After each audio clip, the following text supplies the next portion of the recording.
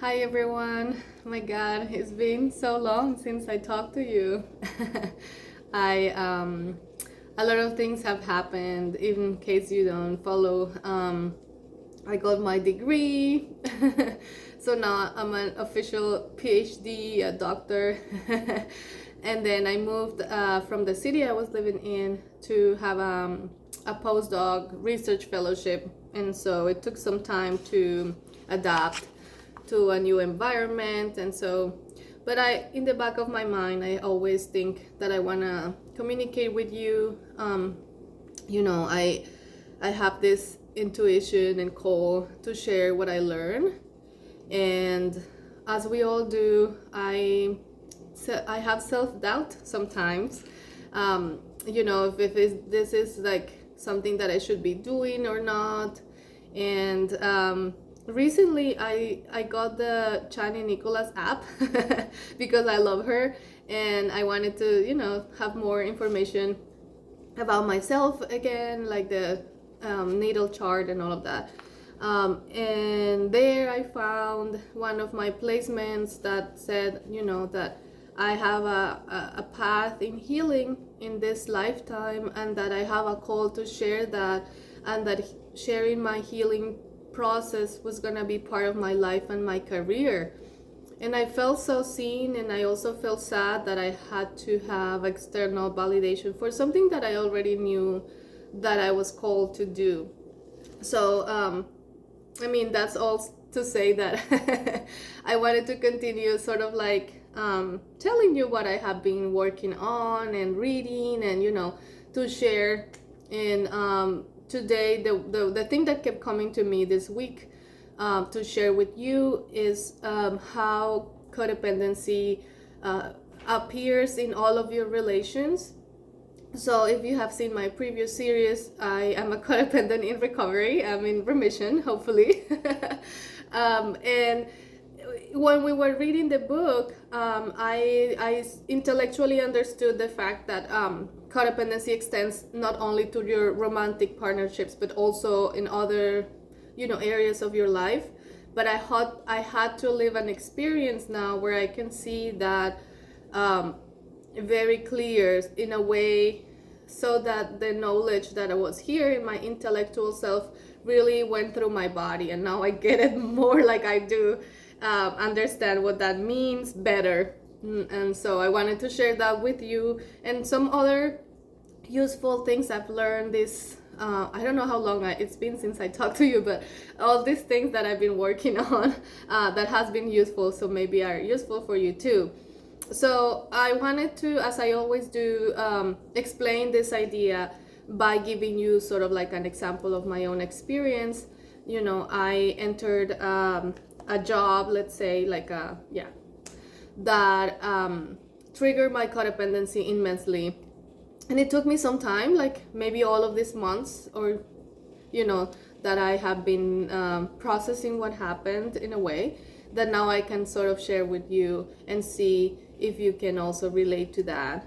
So the first invitation, I guess, here is to see your codependency, how it shows up in your work life, And so for me, I went into a place that had a lot of need and urgency. So that is a perfect combination for a codependent to get, triggered and hung up on that, because we have this idea that we're gonna save something or someone, right? That traces back to an idea that probably you formed, and I did when I was little, that being me is not enough to be loved, but if I am useful to someone, then I'm gonna be loved by them.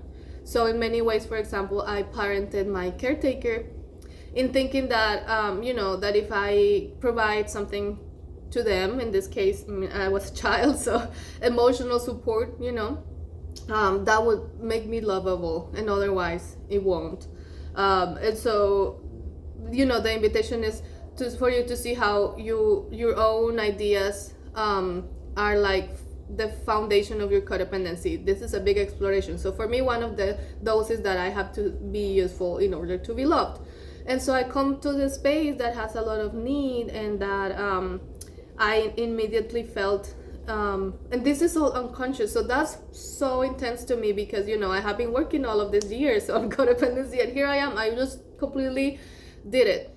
But I felt that I had to completely enmesh with the place, because it was a place that needed me, and I sort of did this thing where you don't distinguish what is you and what is that thing that you're completely enmeshed with. So my whole life became that place, that community, and I felt that I couldn't go out, that I couldn't know places or new people. I was completely absorbed by the space, right? And so that's absolutely, the codependency kind of way of acting, right? And if you're like a purist or whatever, you're gonna tell me like, well, there needs to be two agents in the codependency, right? And it was. I mean, if you think about it, communities have also have an energy, and it could be seen in some ways like a transpersonal entity or something, And so obviously what I noticed is that it wasn't only me, that there was a whole community that was enmeshed like that also not always allows themselves to have a life outside of the place, right? And so it took me a moment to realize that I was doing this, and when I tried to separate, I had guilt. I felt that I was a disappointment. I felt, I started to go out finally, and I felt guilty that I wasn't there, that I was enjoying myself. I mean, all of these things that were actually so clear to me that that I was into like this sort of codependent relationship with space. And so I wanted to share this just because I want you to think about those things, as someone that hasn't necessarily had a long-term partnership in a while because of my codependency and that the process that I've been healing from. That doesn't mean that you don't act like that in other instances, right?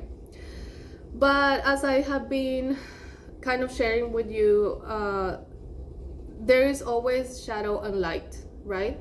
So another kind of a tool that I've been learning during this time that I have been growing, I guess, more privately, there were two concepts or two frameworks that I've been approaching that have been useful for me.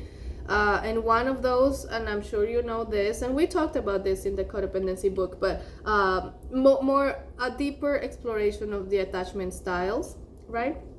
And so sometimes some of the codependency work and actions are similar to an anxious attachment style.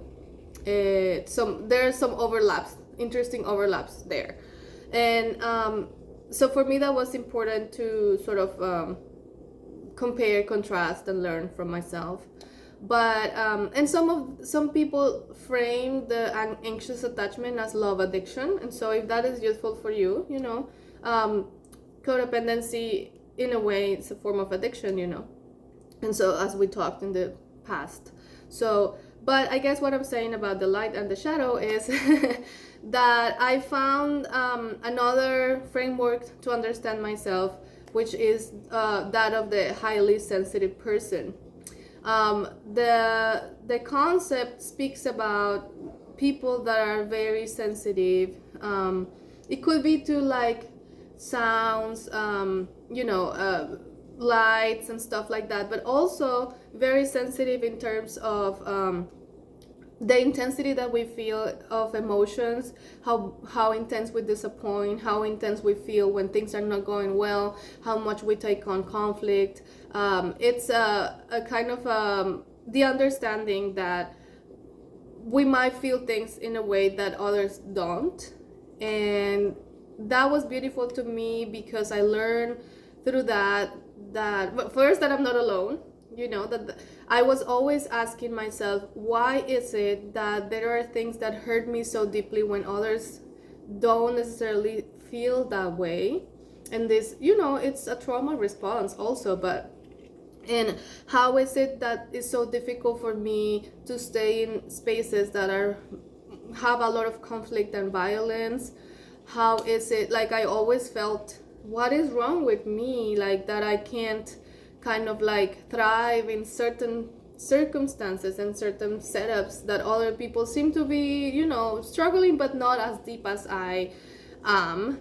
And this framework really provided me with a lot of compassion towards myself, and it, now I'm telling back from the light and the shadow, that as a highly sensitive person, as a codependent, as an anxious attachment, predominantly anxious attachment person,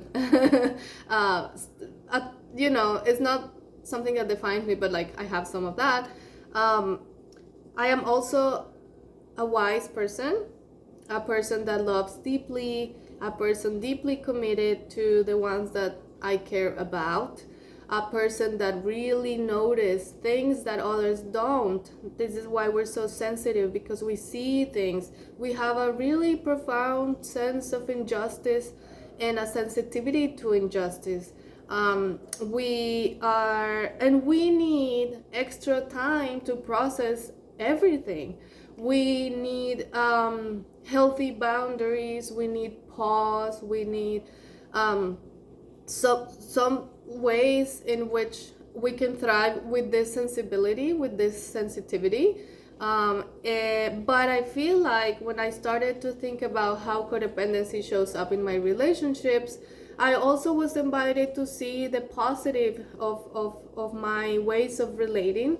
Maybe not my codependency, but like, let's say, you know, if I think about how I relate to work and to others, there are also positive sides that I wanted you to consider as well. So for example, I'm a teacher, and the way I relate to my students is with deep love for them. I do care about them. I am interested in knowing them as people.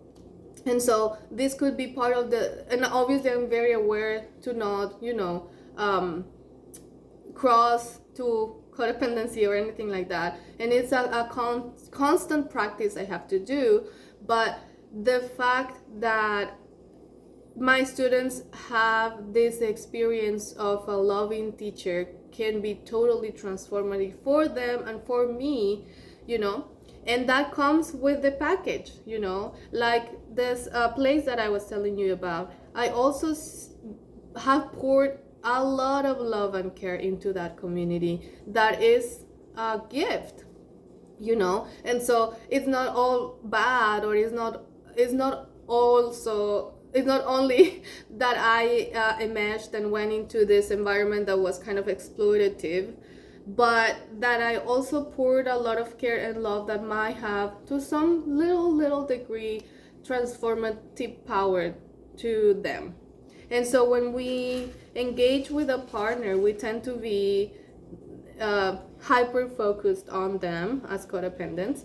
And so the light side of that shadow is that you have someone that is deeply connected to you, that is really loving and caring, that sees you and wants to know you, you know. And so the I guess what I'm saying here is that, I mean, my therapists have said this to me for years, but now it takes some time to like really understand that I am not fixing myself. I am not changing completely who I am. I'm just getting to know me better, to see my strengths and see where those strengths can turn into shadow, and just live my life through those, with those, and embracing those, right? And so I guess when we enter the codependency setups and the attachment style setups, not always we hear the light side of the shadow, right? Because at the end of the day, even if we continue healing, you're not gonna change who you are fully, you know. And so I feel like, especially with my students, I'm able to see the more light side of this kind of way of relating with others. And I feel like that has been really useful for me. And then with the highly sensitive framework, I also am learning that I have these gifts that if I don't protect my boundaries, I won't be able to give, you know? So I have this profound care and this sense of justice. And if I put myself in places where I am completely drained and sacrificed, because that's very like classic codependency, like you're sacrificing yourself for others and all of that, my gifts are gonna be twisted and I'm not gonna be able to share those with people. So I guess I wanted to share with you.